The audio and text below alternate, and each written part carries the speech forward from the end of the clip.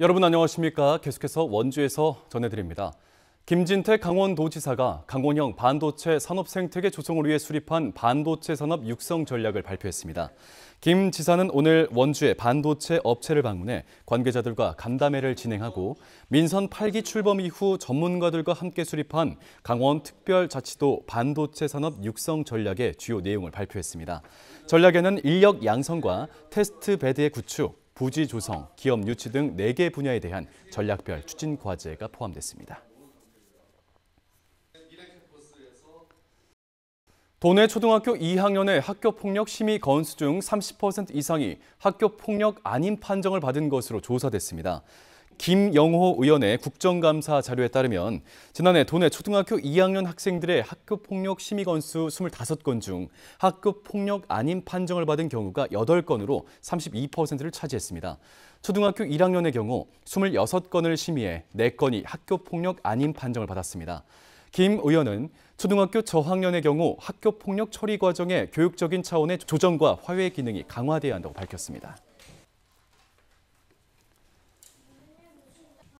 국민의힘이 서울 강서구청장 보궐선거 패배 이후에 사퇴한 유상범, 강민국 수석 대변인 후임으로서 박정화 의원을 선임했습니다. 국민의힘은 오늘 최고위원회를 열고 이철규 사무총장 후임으로 TK 지역 재선의 이만희 의원을, 박대출 정책위의장 후임으로서 수도권 3선의 유이동 의원을, 수석 대변인의 초선 박정화 의원을 임명하는 등 주요 인선안을 확정지었습니다. 박 의원은 주호영, 정진석 비상대책위원회 체제에서 이미 수석 대변인을 지낸 바 있습니다.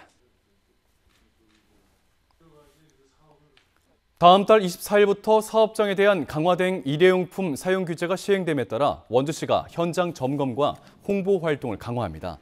강화된 조치에 따라 사용이 금지되는 물품은 식품 접객업소의 일회용 종이컵, 생분해성이 아닌 플라스틱 빨대와 막대, 비닐 식탁보, 이쑤시개, 대규모 점포의 일회용 우산 비닐, 제과점의 일회용 비닐봉투 등입니다.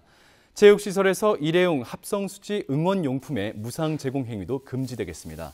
정부는 작년 11월 자원재활용법 개정에 따라 일회용품 사용 제한 대상 품목을 확대하고 1년 동안 계도 기간으로 운영해왔습니다.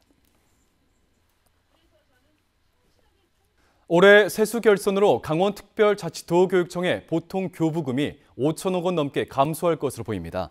더불어민주당 서동용 의원에 따르면 전국 17개 교육청에 교부되는 지방교육재정 교부금 중 보통 교부금의 감소 규모가 10조 원이 넘을 것으로 추정되고 있습니다.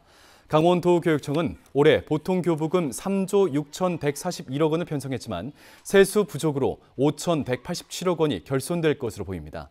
이에 따라 학생 1인당 예산 결손액은 강원도교육청이 전국에서 가장 높은 330만 원으로 파악됐습니다. 평창군이 지역 농가의 로컬푸드 공급 참여를 높이기 위해 거점 순회 수집센터를 운영합니다. 평창군은 인구 대비 면적이 넓고 지역 간의 거리가 멀어 농가에서 농산물을 로컬푸드 직매장이나 학교 급식에 납품할 때 이동 시간과 비용 불편을 겪어왔습니다. 우선 평창군 농업기술센터 안에 시범적으로 거점 수집센터를 설치해 운영하고 용평면 등 다른 지역으로 확대할 예정입니다. 영월군이 귀농귀촌 체험 프로그램인 핫한 영월 먼저 살아보기 참가자를 모집합니다. 모집 대상은 타 시도에 거주하면서 영월군으로의 이주를 고려하고 있는 성인으로서 SNS 활동을 왕성하게 하는 시민입니다. 참가 신청은 이번 달 25일까지로 한 2명으로 구성된 9팀을 모집하게 됩니다. 자세한 사항은 영월군청 및 영월군 농업기술센터 홈페이지를 통해 확인할 수 있습니다.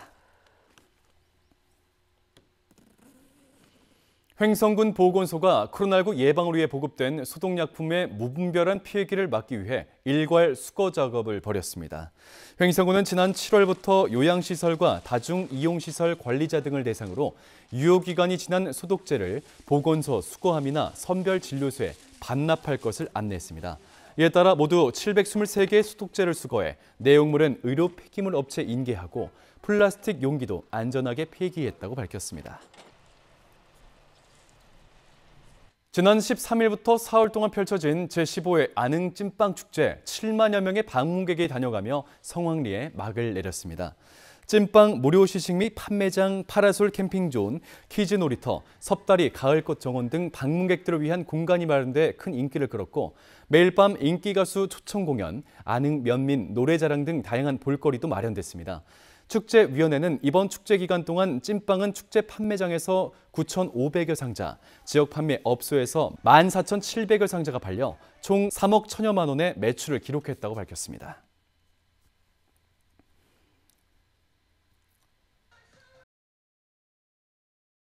뉴스를 마칩니다. 고맙습니다.